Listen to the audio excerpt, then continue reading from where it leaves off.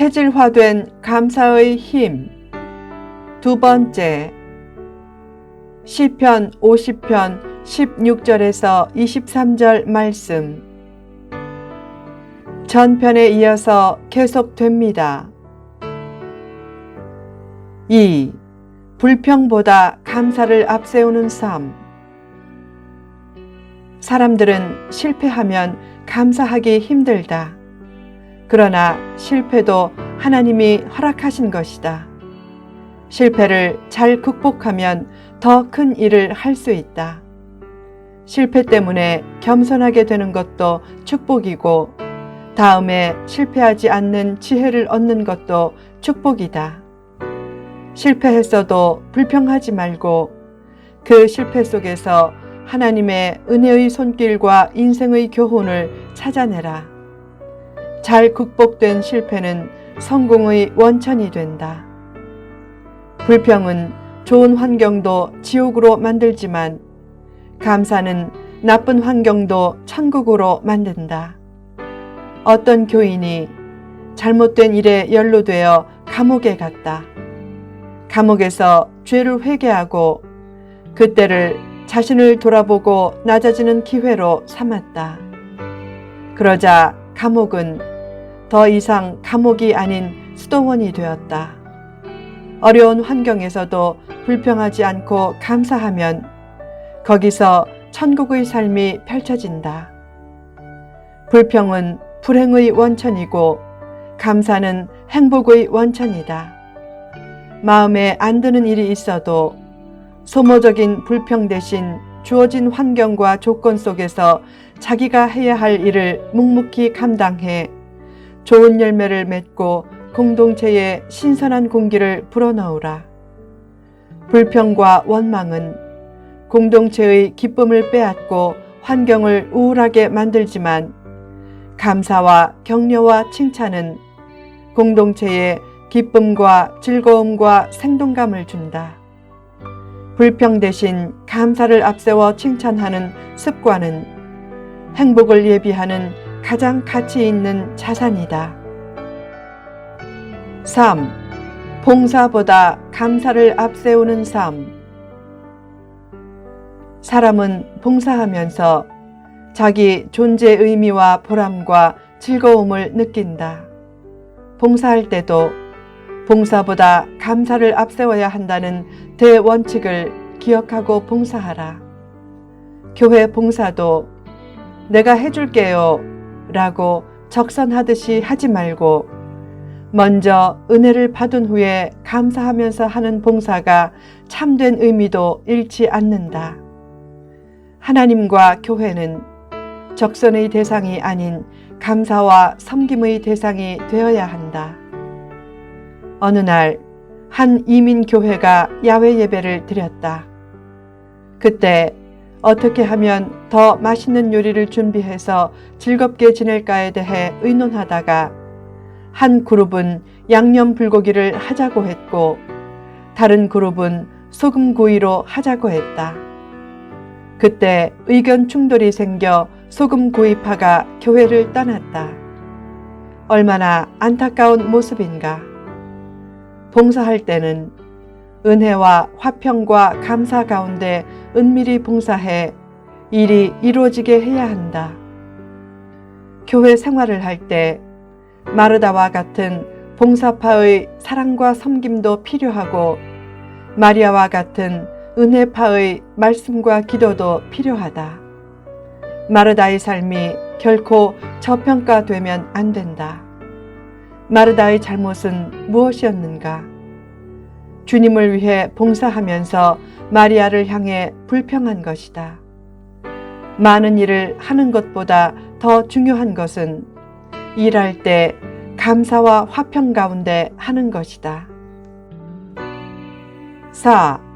기적보다 감사를 앞세우는 삶. 평범한 삶에서 감사의 조건을 발견하라.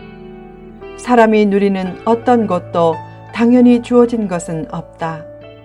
다 하나님의 은총의 선물이다.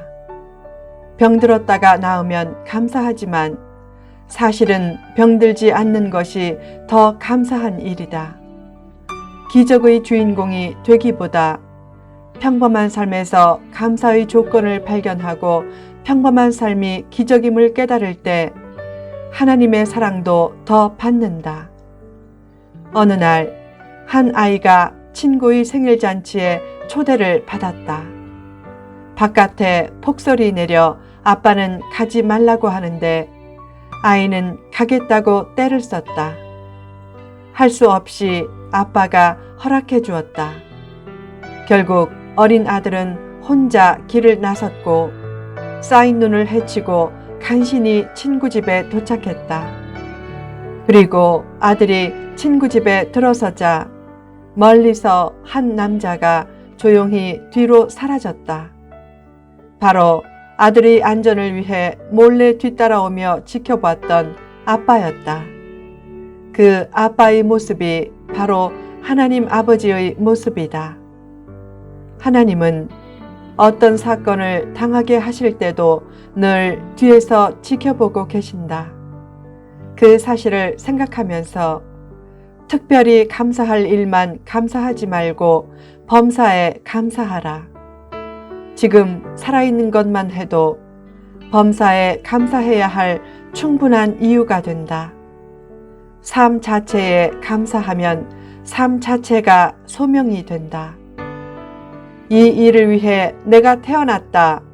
이 일을 위해서라면 내 일생을 기꺼이 바치자.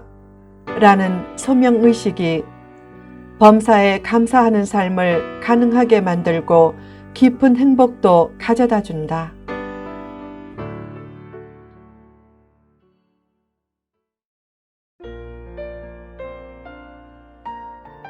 5. 간구보다 감사를 앞세우는 삶. 사람들의 기도를 보면 감사 기도는 적고 달라는 청원 기도만 너무 많다. 초신자 때는 달라는 기도에도 하나님이 잘 주신다. 그러나 신앙 연조가 오래되었어도 너무 달라고만 하면 안 된다. 어릴 때는 감사할 줄 모르고 달라고 떼를 써도 받아주지만 커서도 감사할 줄 모르고 떼만 쓰면 주고 싶은 마음도 없고 오히려 야단을 친다. 이미 받은 것에 대해 감사할 줄 모르고 달라고만 하면 하나님이 기뻐하시지 않는다. 어느 날 진돗개와 똥개가 주인 얘기를 할 때 진돗개가 말했다. 우리 주인은 참 좋아. 늘 먹을 것을 주고 가끔 쓰다듬어 주어 너무 감사해. 난 주인 없으면 못 살아. 그때 똥개가 말했다. 야, 우리 주인은 내가 그렇게 좋은가 봐. 내가 달라고 멍멍 짖으면 척척 다 주셔. 주인은 나 없으면 못 살아.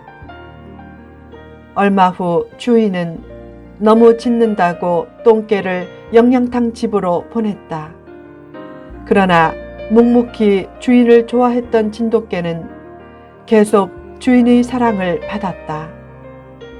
하나님의 은혜에 대해 진돗개처럼 변함없이 감사하면 하나님의 사랑과 축복을 더 받는다.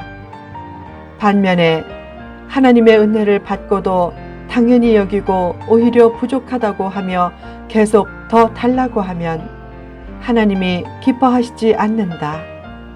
하나님을 채무자처럼 여기고 간구만 하기보다는 채무의식을 가지고 범사에 감사할 때 하나님은 더 넘치는 축복과 은혜를 주신다. 체질화된 감사의 힘. 무엇이 믿음이 좋은 것인가? 믿음의 수준을 정확하게는 진단할 수 없지만 감사하는 모습을 통해 어느 정도는 가능하다. 큰 믿음을 가진 사람이 되려면 화려한 은사를 사모하거나 기적의 주인공이 되거나 불나방처럼 집회와 세미나에 열심히 쫓아다니거나 40일 금식 기도를 하려고 하기 전에 범사에 감사하는 삶부터 실천하라. 범사에 감사하는 성도가 최고의 믿음을 가진 성도다. 감사하며 헌신하는 성도가 행복을 얻는다. 잠든 아기를 바라보며 이 아기를 위해서라면 죽어도 좋아 라고 생각하면 그 생각만으로도 행복이 밀려온다. 반면에 잠든 아기를 바라보며 이 아기를 잘 길러 늙어서 한몫 보자 라고 생각하면 그 생각만으로도 행복이 사라진다. 자신을 기쁘게 바칠 때 행복이 온다. 어떤 일을 돈을 벌기 위해서만 한다면 삶이 힘들어지지만 거룩한 뜻을 이루기 위해 한다면 삶이 행복해진다. 감사 기도에는 응답도 빨리 나타난다. 감사 기도를 잘하는 사람은 어려울 때도 이렇게 기도한다. 하나님, 그것도 감사해요. 이제 제가 무엇을 할까요? 어려운 상황에서도 받는데 관심이 없고 하나님의 뜻을 이루려는 그 모습을 하나님이 얼마나 기특하게 보시겠는가. 부모의 생일에 정성스러운 선물을 드리고 더 나아가 감사의 말까지 하면 부모는 기특해서 자식에게 더 주고 싶다. 하나님도 마찬가지다. 하나님께 감사하며 기도하면 하나님은 기쁘게 응답해 주신다. 감사로 하나님께 영광 돌릴 때 하나님은 구원과 축복의 문을 활짝 열어주신다. 그처럼 응답받는 기도를 위해 감사하는 삶이 중요하기에 사도 바울은 고난 중에 있는 데살로니가 교인들에게 쉬지 말고 기도하라 라고 권면한 다음에 바로 범사에 감사하라 라고 했다. 범사에 감사하라는 말은 달리 말하면 감사를 체질화시키라는 말이다. 인생의 위기를 기회로 되치게 하는 기본 베이스가 무엇인가? 바로 체질화된 감사다.